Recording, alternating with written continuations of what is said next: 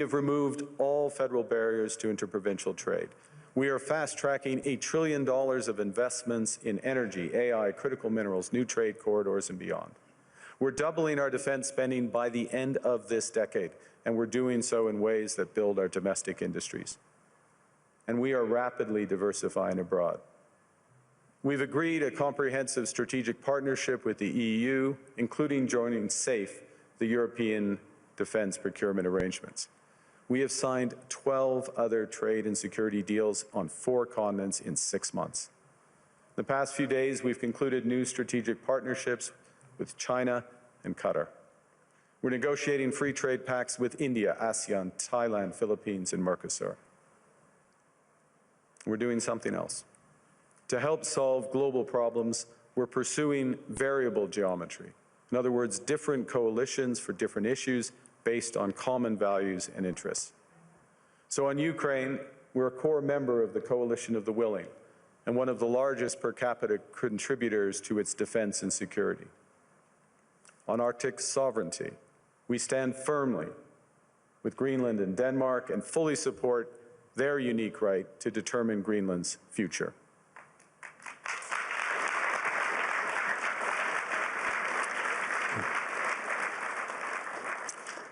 Our commitment to NATO's Article 5 is unwavering.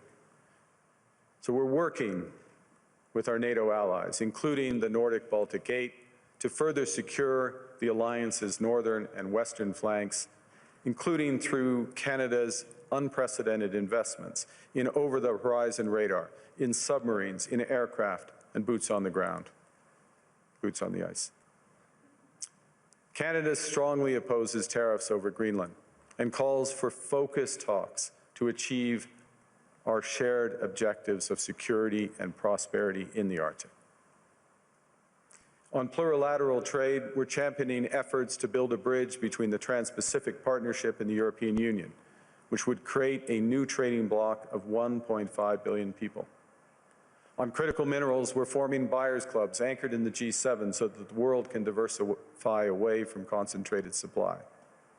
And on AI, we're cooperating with like-minded democracies to ensure that we won't ultimately be forced to choose between hegemons and hyperscalers. This is not naive multilateralism, nor is it relying on their institutions. It's building coalitions that work, issues by issue, with partners who share enough common ground to act together. In some cases, this will be the vast majority of nations. What it's doing is creating a dense web of connections across trade, investment, culture, on which we can draw for future challenges and opportunities. I argue the middle powers must act together because if we're not at the table, we're on the menu. But I'd also say that great powers can afford for now to go it alone. They have the market size, the military capacity, and the leverage to dictate terms. Middle powers do not. But when we only negotiate bilaterally with a hegemon, we negotiate from weakness. We accept what's offered. We compete with each other to be the most accommodating. This is not sovereignty. It's the performance of sovereignty while accepting subordination. In a world of great power rivalry, the countries in between have a choice: compete with each other for favor, or to combine to create a third path with impact. We shouldn't allow the rise of hard power to blind us to the fact that the power of legitimacy, integrity, and rules will remain strong if we choose to wield them together. Which brings me back to Havel. What does it mean for middle powers to live the truth? Well, first, it means naming reality. Stop invoking rules-based international order as though it still functions as advertised. Call it what it is: a system of intensifying great power rivalry where the most powerful pursue their interests using economic integration as coercion. It means acting consistently, applying the same standards to allies and rivals. When middle powers criticize economic intimidation from one direction but stay silent when it comes from another, We are keeping the sign in the window. It means building what we claim to believe in. Rather than waiting for the old order to be restored, it means creating institutions and agreements that function as described. And it means reducing the leverage that enables coercion. That's building a strong domestic economy. It should be every government's immediate priority. And diversification internationally is not just economic prudence, it's a material foundation for honest foreign policy, because countries earn the right to principled stands by reducing their vulnerability to retaliation. So Canada. Canada has what the world wants. We are an energy superpower. We hold vast reserves of critical minerals. We have the most educated population in the world. Our pension funds are amongst the world's largest and most sophisticated investors. In other words, we have capital, talent. We also have a government with immense fiscal capacity to act decisively. And we have the values to which many others aspire. Canada is a pluralistic society that works. Our public square is loud, diverse, and free. Canadians remain committed to sustainability. We are a stable and reliable partner in a world that is anything but. A partner that builds and values relationships for the long term. And we have something else. We have a recognition of what's happening and a determination to act accordingly. We understand that this rupture calls for more than adaptation. It calls for honesty about the world as it is. We are taking the sign out of the window. We know the old order is not coming back. We shouldn't mourn it. Nostalgia is not a strategy.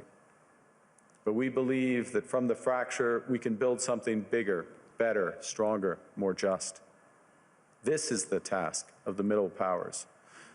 The countries that have the most to lose from a world of fortresses and the most to gain from genuine cooperation. The powerful have their power. But we have something too. The capacity to stop pretending, to name reality, to build our strength at home, and to act together. That is Canada's path. We choose it openly and confidently, and it is a path wide open to any country willing to take it with us. Thank you very much.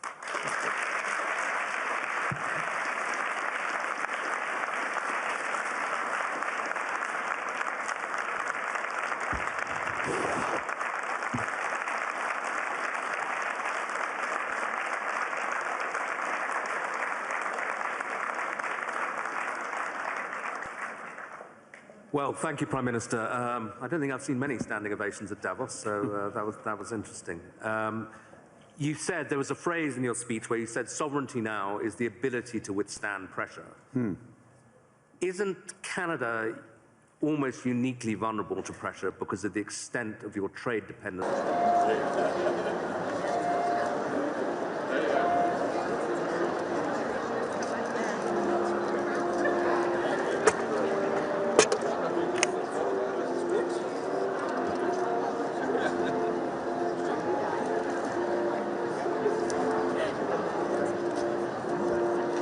That's not, there are pockets of extreme pressure without question in Canada. But headline, we're reacting. The second thing, and it's a fundamental point, is the recognition that we can give ourselves far more than any foreign country can take away. There's lots of efficiencies in having one Canadian market, the $1 trillion of domestic investment, and building these partnerships abroad, all of which are bigger returns than what's been lost. That's not to say we would rather not lose it, but we can withstand the pressure, and we are. And I was interested that you said, basically, the old world's not coming back. So you're not seeing this as a period where you just have to get through and normalcy will return. I think that is our view. And we regret it, but we're not going to sit around and mourn it. We're acting. And we're acting in a way, both that's in our interests, but we believe in a way with others that's building imperfectly in steps a new system. I'll give you one example and hand back, which is we are members of trade agreements that comprise already 1.4 billion people around the world. So we have the most extensive network. We are trying with others to bring some of those networks together. The most prominent example is the Trans-Pacific Partnership in the EU, acting as a bridge. It's not a direct benefit for Canada, but it is a benefit for Canada that these groups come together. And Ngozi is here, consistent with the WTO rules, both of which are. And in that way, we're building back out amongst willing partners. And you talked about the need not to put the sign in the window anymore, to pretend that things are still the same. Do you think, to put it directly, that the NATO alliance is still doing that, still pretending it's the old transatlantic partnership, when it's really kind of going? Well, I think clearly NATO is experiencing a test right now, and the first response to that test has to be to respond in a way that ensures the security of the Arctic in a robust way for all possibilities. This is actually a point that we have been making in recent years. It's a point that I made at the NATO summit back in June, which seemed like a pledging summit, but also was to get NATO policies in the right direction. So I think in the immediate term, one of the imperatives is to reinforce things that Canada is doing, Nordic Baltic 8 are doing, the UK are doing, other NATO partners, France included, in a comprehensive way that provides much greater security in the Arctic. This is the test, and so I wouldn't say the NATO sign stays in the window, but we've got to meet the moment of that. You also, a big theme of your speech was the need for middle powers to work together. Yeah. But you've just been to the other great power, to China. And I think people are very intrigued by seeing that meeting. And some people say, kind of, that's a mistake, really, because you're going to make yourself more dependent on China. They're not that benign either. The US will be very annoyed. What's the defense of what you're doing, and what do you hope to get out of it? Well, the first thing is to say it's not a defense. I know the way you framed the question, but it's offense. It's building out. It's something positive as opposed to against. We're for something as opposed to being against. The second is, there are very clear guardrails in that relationship. I spoke of calibration of relationships in my remarks. That's what I mean by it. But within those clear guardrails are huge opportunities in energy, both clean and conventional, obviously in motor vehicles, in agriculture, in financial services, all of which is mutually beneficial. So it's additive. And look, it's the second largest economy, and it's our second largest trading partner. We should have a strategic partnership with them. Within those guardrails, and that's what we've achieved.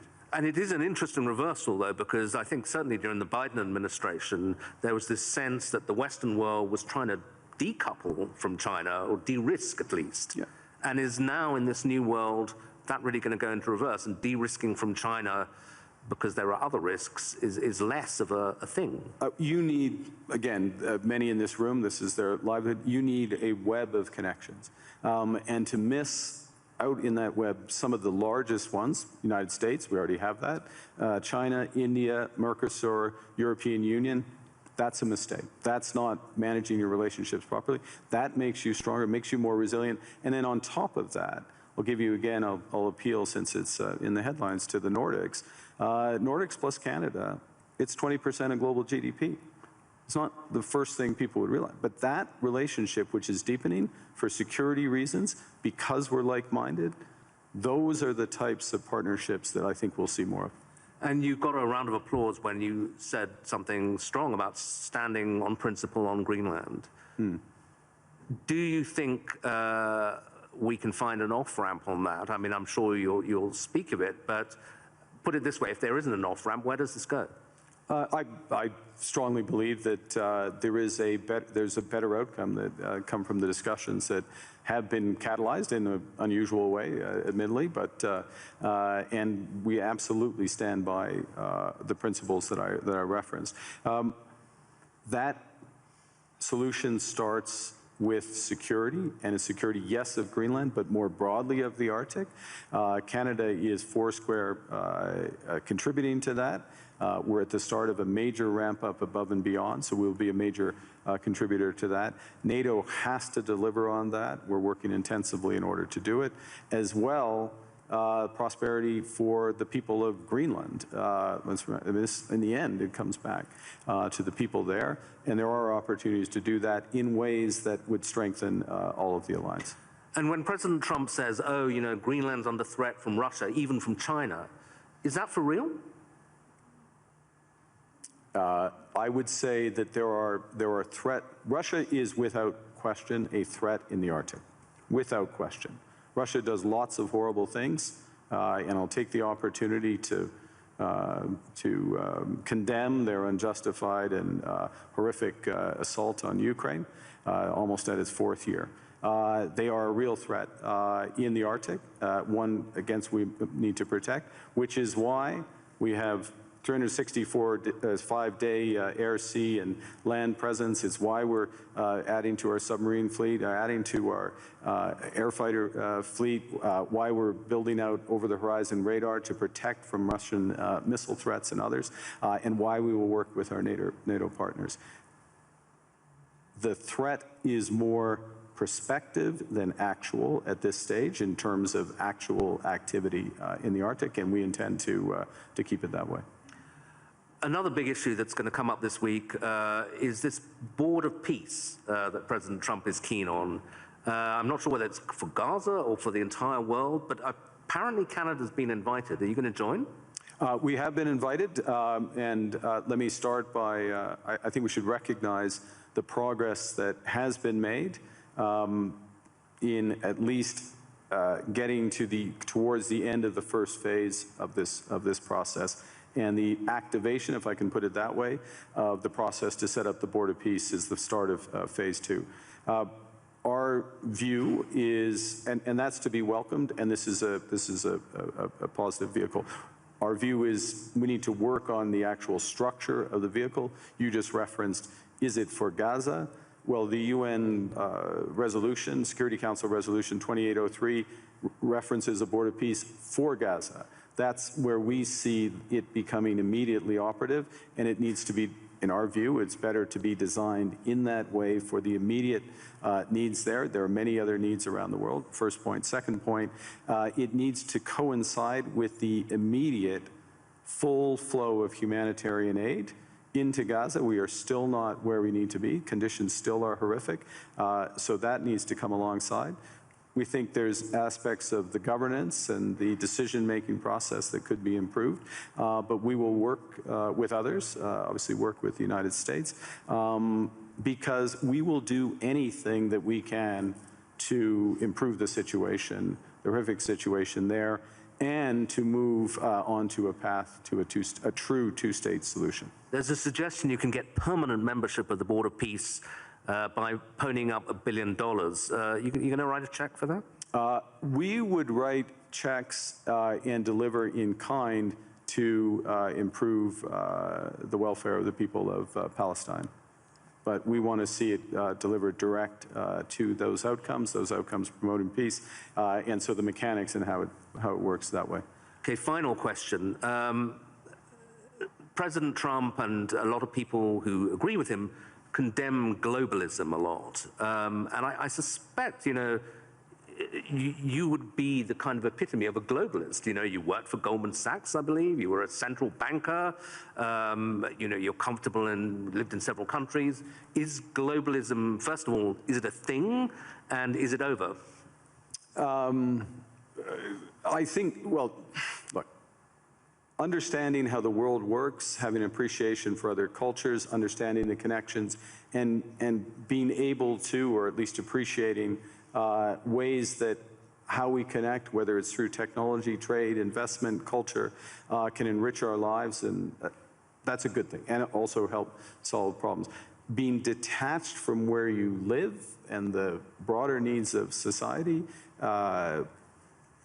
there is an epithet for that. I don't know that the G word is the one. There's certainly what we're finding, and to go back to the points I was making, is that there are a number of like-minded countries that want to work through partnership to achieve those goals for their citizens and for the world more broadly. The call is for more to recognize what's really going on right now and to pool their resources to the benefit of citizens. So it won't be global, it won't cover the globe, but it will be more powerful. Okay, Prime Minister, thank you very much indeed. Very much.